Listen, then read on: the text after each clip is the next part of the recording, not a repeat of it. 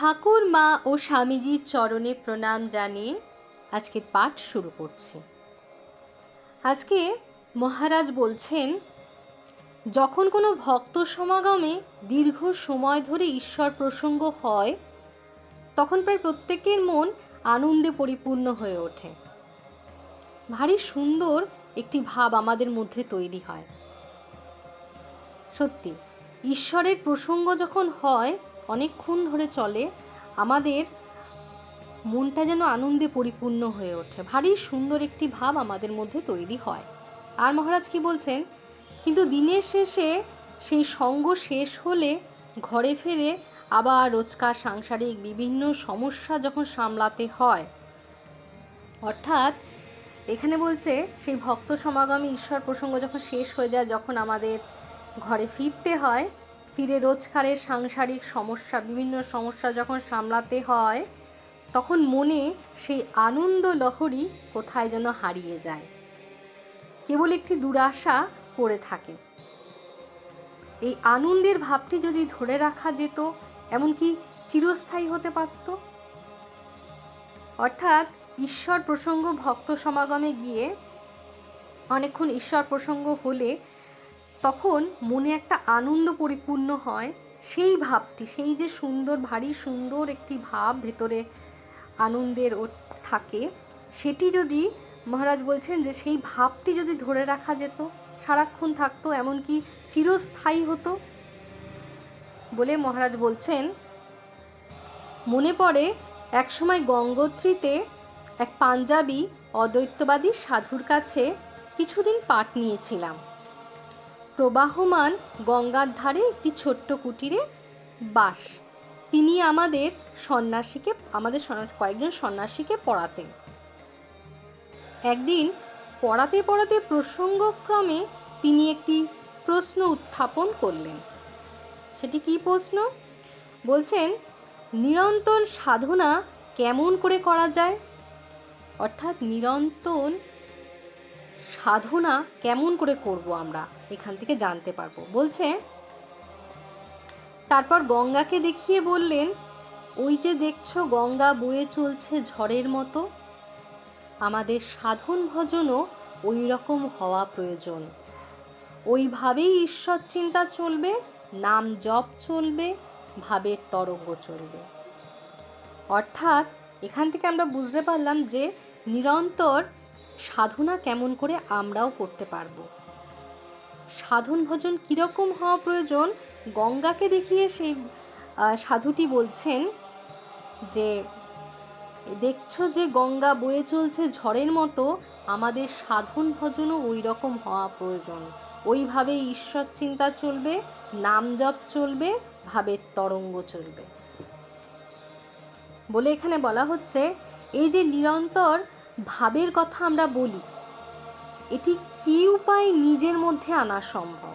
নিরন্তর যে ভাবটা আমরা কিভাবে নিজের মধ্যে আনব বলে মহারাজ বলতে, প্রতিনিয়ত দেখি নিরন্তর ভাব তো দূরে থাক, দূরস্থ, আমরা কেবলই সুখ দুঃখের ঢেউয়ে বারবার উঠি আর পড়ি। মহাভারতে শান্তি পর্বে বলা হচ্ছে যে অজ্ঞানী মূঢ় কেবলমাত্র মুহুর্মুহু সুখে উৎফুল্ল হয় এবং দুঃখে কাতর হয়েই তারা দিন, মাস, বছর কাটিয়ে যায়। অর্থাৎ মহারাজ বলছেন যে মহারাজ প্রতিনিয়ত যেটা দেখেন যে সাধারণ মানুষ কেবল সুখ দুঃখের ঢেউয়ে উঠছে আর পড়ছে। আর মহাভারতে শান্তি পর্বে বলা হয়েছে যে অজ্ঞানী যারা, তারা মুহুর্মুহু সুখে উৎফুল্ল হয়ে ওঠে এবং দুঃখে কাতর হয়ে দিন, মাস, বছর কাটিয়ে যায়। একমাত্র জ্ঞানীই পারেন সুখ দুঃখের অতীতে গিয়ে নিস্পৃহ এই ভাবের অধিকারী হতে। জ্ঞানীরাই এটি পারে। সেই ভাব আমরা লাভ করব কিভাবে?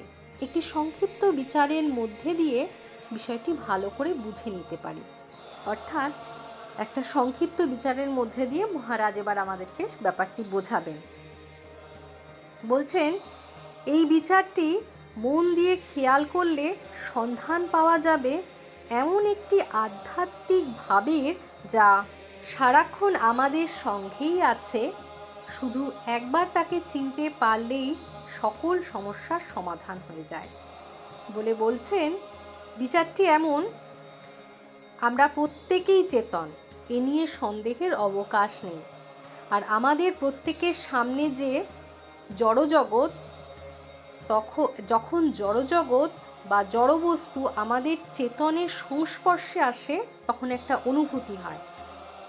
আর যা কিছু দেখছি শুনছি সবেতে একটি জড় পদার্থ চেতনের সংস্পর্শে আসে। তাই দ্রষ্টব্য বস্তু দেখা মাত্র রূপের অনুভূতি, কোনো কথা শোনা মাত্র শব্দের অনুভূতি, একইভাবে স্পর্শ, গন্ধ, রসের অনুভূতি হয়। এইরকম 5টি ইন্দ্রিয়ানুভূতি দ্বারা জড়জগৎকে ভাগ করে ফেলা যায় সহজেই। দেখা যাবে জড়জগতে এর বাইরে আর কিছু নেই। এই বিষয়টি থেকে এক অদ্ভুত তত্ত্ব জানা যায়। সেটি কেমন? আমরা মনে করি আমাদের নানান রকম অনুভূতি হচ্ছে জড়ের সঙ্গে চৈতন্যের সংস্পর্শে। বেদান্তে বলে, এখানে আমরা প্রথমে একটি ভুল করে বসি। আমরা বুঝি না যে বিভিন্নতা আমাদের চেতনায় নয়, বাইরের এই জড়জগতে। বাইরের বস্তুভেদে রূপ, রস, গন্ধ, শব্দ আমাদের চেতন অবস্থা অনুভব করছে। সে নিজে এক ও অচল, অর্থাৎ চেতন কি নিজে এক এবং অচল, তার অনুভূতিও কিন্তু এক, বদলাচ্ছে কেবল বাইরের বস্তুগুলি। অদ্বৈত বেদান্তে জানাচ্ছে, যখন আমাদের চেতন অবস্থা একটি জড় বস্তুর সঙ্গে সম্পর্কিত হচ্ছে, তখন সেই চেতনারই নাম হচ্ছে অনুভব। অর্থাৎ বহির্জগতের কোনো বস্তু অনুভূতি রূপে প্রতিভাত হচ্ছে না আমাদের চৈতন্য। অনুভবই চৈতন্য স্বরূপ। জড়জগৎ কেবল অনুভবের বস্তু মাত্র।